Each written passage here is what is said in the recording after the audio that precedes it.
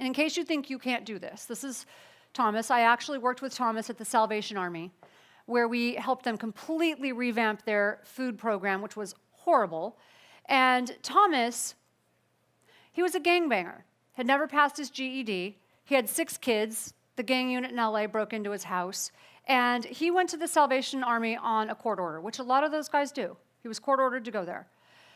He was depressed, hopeless, no future, gloomy, foggy, overweight. These are his words.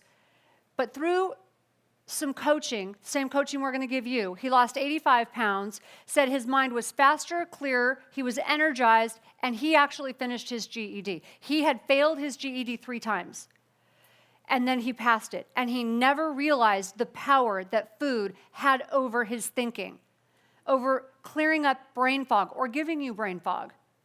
And he sent me the most beautiful testimonial. He said, my life was a mess, and now it's a message. I have been tested. Now I have a testimony. I was a victim. Now I'm victorious. I went through trials, and now I am triumphant. We want you to be triumphant.